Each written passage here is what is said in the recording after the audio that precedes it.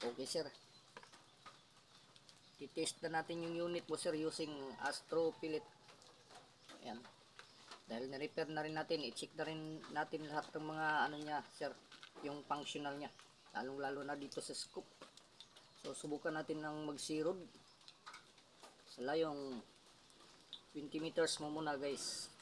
Ayan. So sige,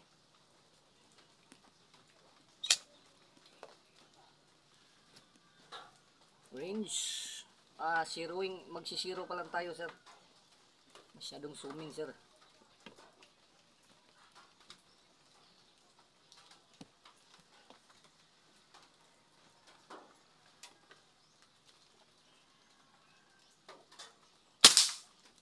Good.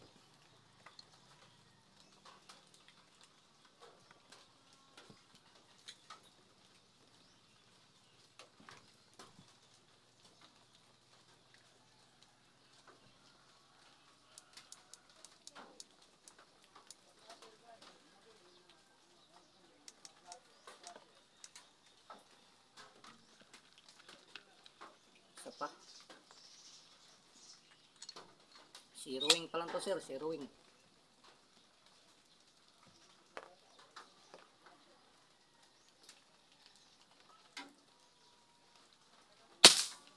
Good, one hole sir. So naka standard tayo sa zooming sir, kaya subukan nating i-full zoom kung affected ba yung full zoom nya. Sige,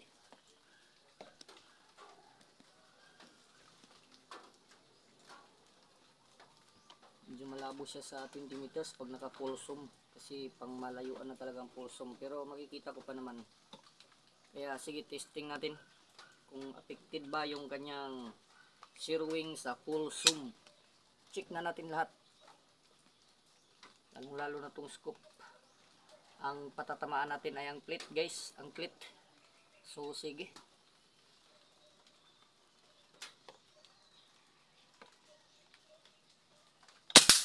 good, good siya guys, hindi siya affected yung kanyang zeroing sa full zoom. Napakaganda talaga ng West Hunter guys.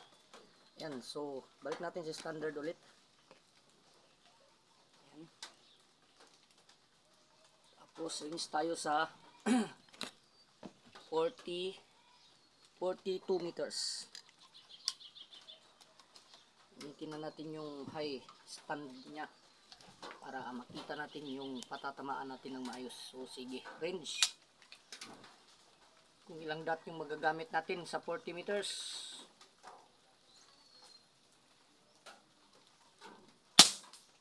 Good,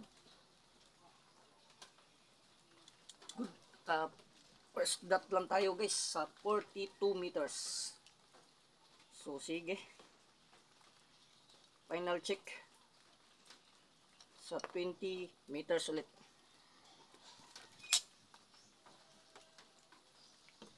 Split.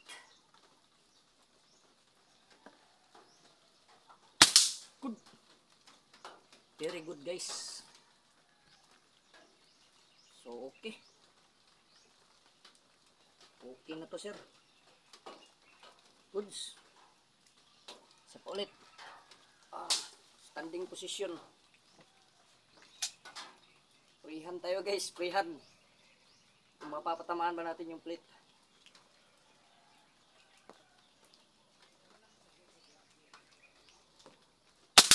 Good. Okay, ayos na yung unit mo sir. Pinalitan na natin yung o-ring.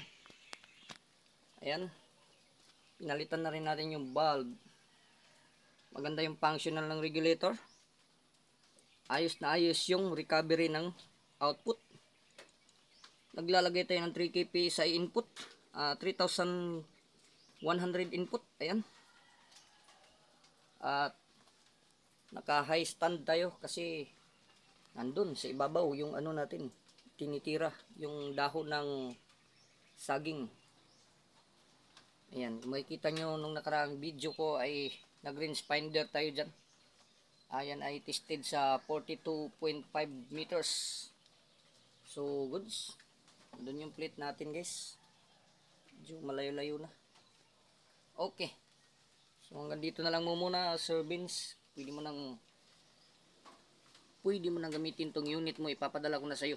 God bless po para sa ating lahat.